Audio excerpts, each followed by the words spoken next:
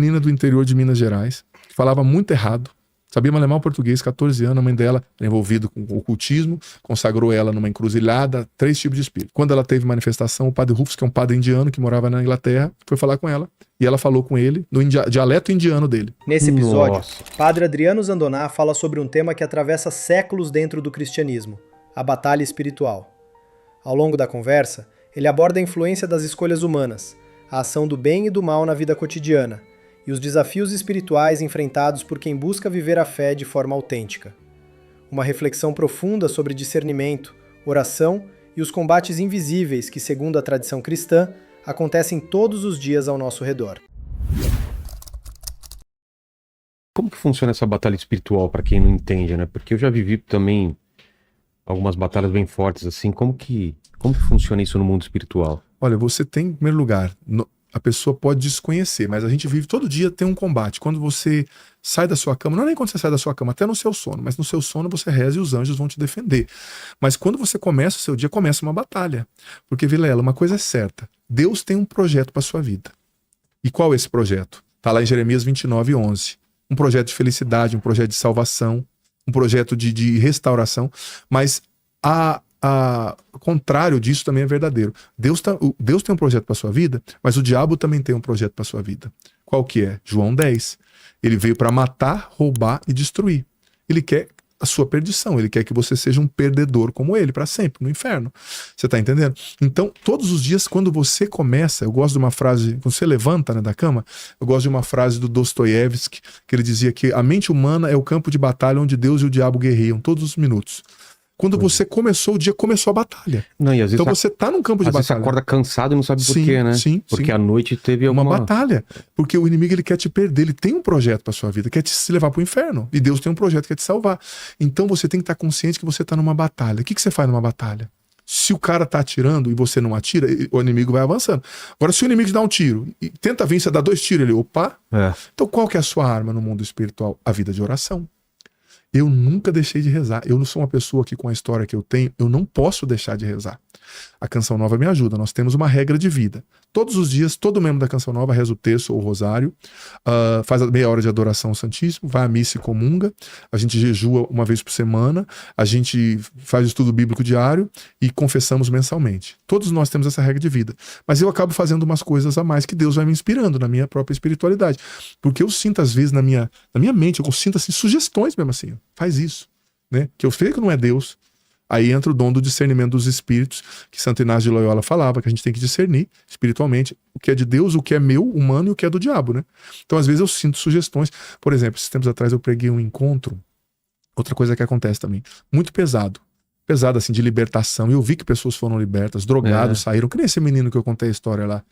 Sabe, que vai descobrir a vocação, vai se tornar um padre. Noivo, Quantas pessoas ele não vai salvar? Um padre, né? É. Bom, então, eu preguei esse encontro, eu acordei assim, eu esqueci de fazer uma oração antes de dormir, porque quando eu prego um encontro pesado, eu tenho que ir pra capela, fazer uma oração de renúncia ali, de descontaminação, que a gente chama, pra eu dormir bem.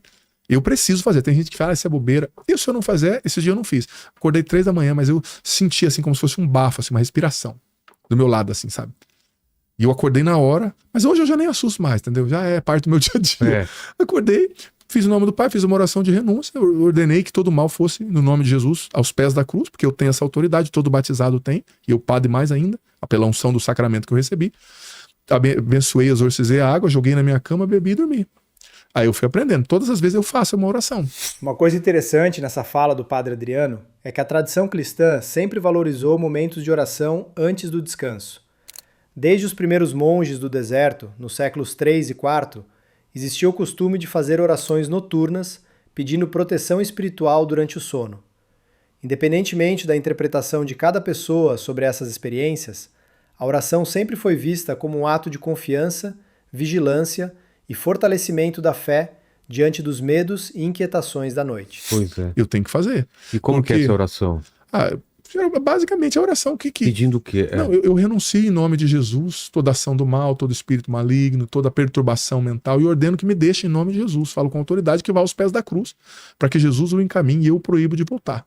Em nome de Jesus. E peço o Espírito Santo para me encher depois. Tem gente que fala, é balela, não sei o quê. Não é balela. A gente tem que respeitar a espiritualidade de cada pessoa, porque cada pessoa tem uma batalha. Cada pessoa, cada santo, cada místico, você vê, vivia uma espiritualidade. São João da Cruz, uma. Santa Catarina de Sena, outra. São Bernardo de Claraval, outra. Então tem gente, por isso que eu falei da renovação. Tem gente que não gosta, paciência, mas está salvando muita gente. Se é um movimento reconhecido da igreja, a gente tem que respeitar, né? E outros, talvez, que não gostem, é questão de personalidade, temperamento. Tem gente que é mais recolhida, então não gosta de uma coisa mais expressiva. Mas, voltando ao assunto da batalha espiritual, o que vai te ajudar? A palavra de Deus, jejum. Jesus diz na Bíblia que tem certos tipos de demônio que a gente só vence com jejum e oração. Né? A oração do Santo Rosário, que é uma arma poderosíssima. Né? Eu tive a oportunidade já participar de alguns exorcismos, né? Eu não sou exorcista, nem tenho a pretensão de ser, mas tinha um exorcista indiano muito bom que veio na Canção Nova pregar, Padre Rufus. Nossa, o que eu vi naqueles encontros com ele, eu nem vou falar aqui que quem tá em casa não vai dormir. Quando ele vier de novo, vou ver se ele faleceu. Ele já era um senhor na época e tal. Isso foi. Ele faleceu, acho que há uns 8, 9 anos atrás. Mas ele veio muito pregar na Canção Nova. Participei quando eu era padre novo, eu preguei um encontro com ele, né? Minha cofundadora teve a ideia de, com 4 meses de padre, me mandar. Mas foi maravilhoso, porque ou você amadurece ou você morre. Teve exorcismo? Teve exorcismo. Se manifestou? Teve, eu vi, acompanhei. Como que é?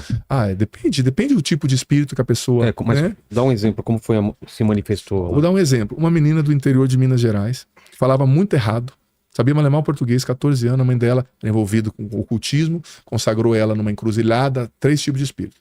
Quando ela teve manifestação, o padre Rufus, que é um padre indiano que morava na Inglaterra, foi falar com ela, e ela falou com ele no dialeto indiano dele. Nossa! Toda contorcida e com uma voz grossa. Como é que essa menina ia saber o dialeto indiano do padre? Falou no dialeto indiano. Você tá entendendo? Não é nem inglês. Sei. O inglês da Índia é quase outro inglês. Né? Outro entender. Mas, pra dizer assim, quem que tava falando ali? Como é que essa menina saberia disso? Então depende, tem uns que contorcem e tal. Mas o bonito não é nem só. Eu sei que impressiona a questão da ação do diabo, as pessoas se impressionam com o exorcismo. Eu vi mesmo coisas ali, pessoas se contorcendo, pessoas xingando. Ali você vê 3 coisas. Em primeiro lugar, o diabo existe, ele é real. E ele tá trabalhando para te levar pro inferno. E fazer de conta que ele não existe, não vai te salvar. É ele? Isso. Um santo homem. Uma simplicidade, sabe?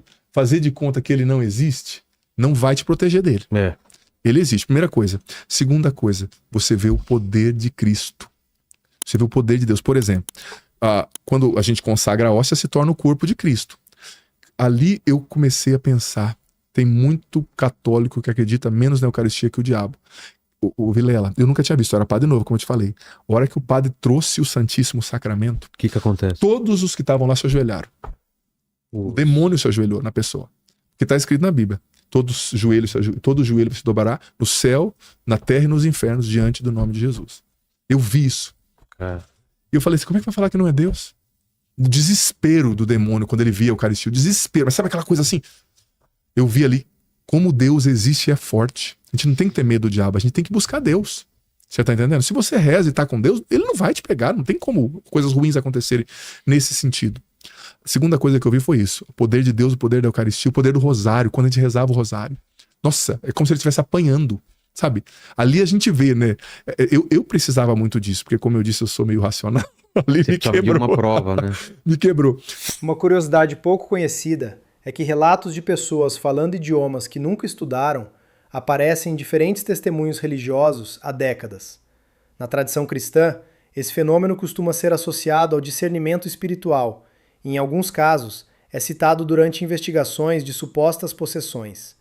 Mas o próprio processo da igreja costuma ser extremamente cauteloso, envolvendo médicos, psicólogos e especialistas, antes de qualquer conclusão espiritual.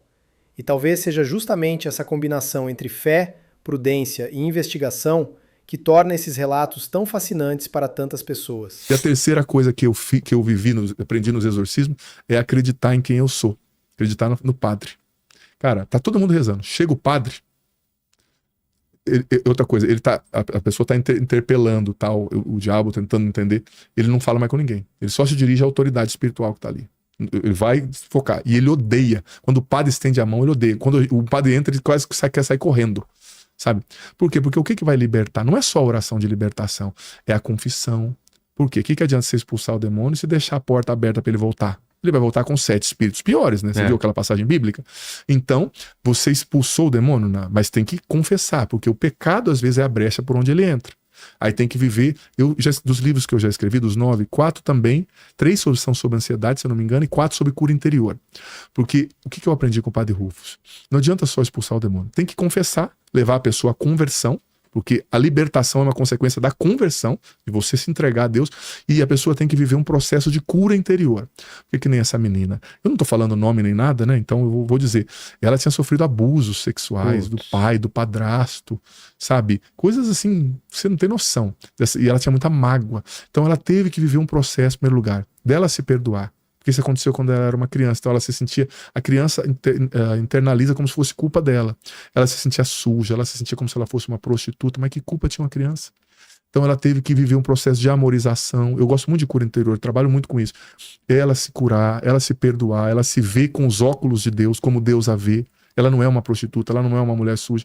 Depois ela teve que perdoar o seu pai, o seu padrasto. Perdoar não no sentido de falar que o que eles fizeram de errado está certo. Não, o que eles fizeram é hediondo.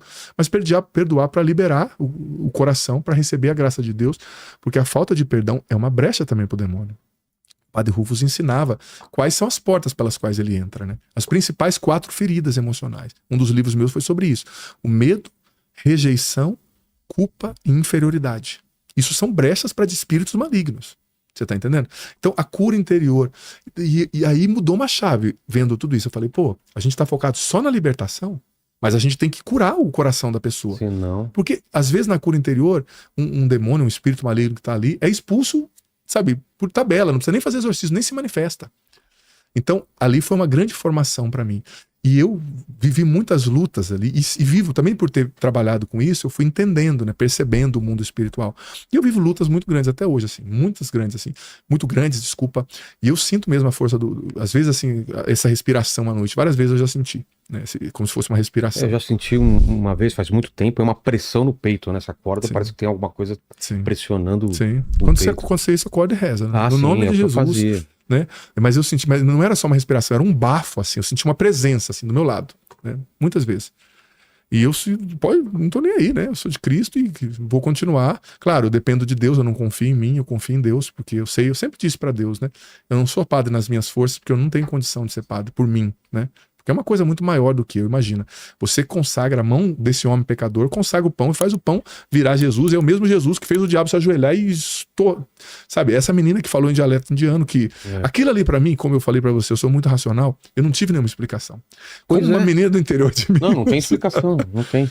Daí eu perguntei pra ele em inglês, né, o que ela tá falando? Ele falou, não, é meu dialeto. E ele normal, porque ele era exorcista, ele dava com isso há 40 anos. E eu assim, fiquei assim, em pânico no bom sentido da palavra, né? Surpreso. Mas é bom você ver a ação do mal, porque isso te converte. Porque tem gente que só quer saber de festa, não, eu vou pra igreja depois. Cara, tem uma luta acontecendo. E o diabo quer te levar pro inferno. E se você morrer em pecado mortal, sem amizade com Deus, doutrinariamente falando, é pra lá que você vai. Você tá entendendo? Então não adianta só, Deus é bom, Deus é misericordioso. Hoje tudo é amor, né? O amor, o amor. Esses dias uma pessoa me disse, padre, mas Jesus acolhia os pecadores. Aí eu disse, sim, ele acolhia para que eles deixassem de ser pecadores e o seguissem. Mateus, Jesus não chegou em Mateus, falou, Mateus, continua na coletoria. Esse papo, mas ninguém fala a segunda parte do negócio. Jesus não disse, Mateus, ninguém vai te condenar, mas continua na coletoria de impostos pecando. Não, vem, segue-me. Uma das características mais marcantes dos evangelhos é que Jesus acolhia pessoas que eram rejeitadas pela sociedade, mas quase sempre esse encontro era seguido por um convite à transformação. O próprio apóstolo Matthew the Apostle abandonou sua antiga vida para seguir Cristo, assim como vários outros discípulos. E talvez essa seja uma das mensagens centrais do cristianismo. Misericórdia não significa permanecer da mesma forma, mas iniciar um caminho de mudança, crescimento e conversão. Deixa tudo, eu não te acolho, não te acuso. Jesus nunca falou o que ele fez, nunca jogou na cara dele. Mas agora, meu amigo, vem comigo. Santidade, vida nova. Você tá entendendo? Então é isso. Se você quer vencer o demônio, se converta. Sabe? Comungue. Faça boas confissões, abandone o pecado mortal, reze o rosário, conheça a palavra de Deus. Por exemplo, Jesus no deserto. Com o que o diabo tentou Jesus no deserto? Qual foi a arma? Com a Bíblia. O diabo estava citando versículos. Exato. Então cuidado de ficar só decorando versículos, não é só isso. Você tem que entender o espírito da Escritura, né? Só que Jesus, conhecia a Escritura. Então o diabo citava um versículo, Jesus citava outro. Está escrito, vós sois como deuses, então, tal. Se joga daqui.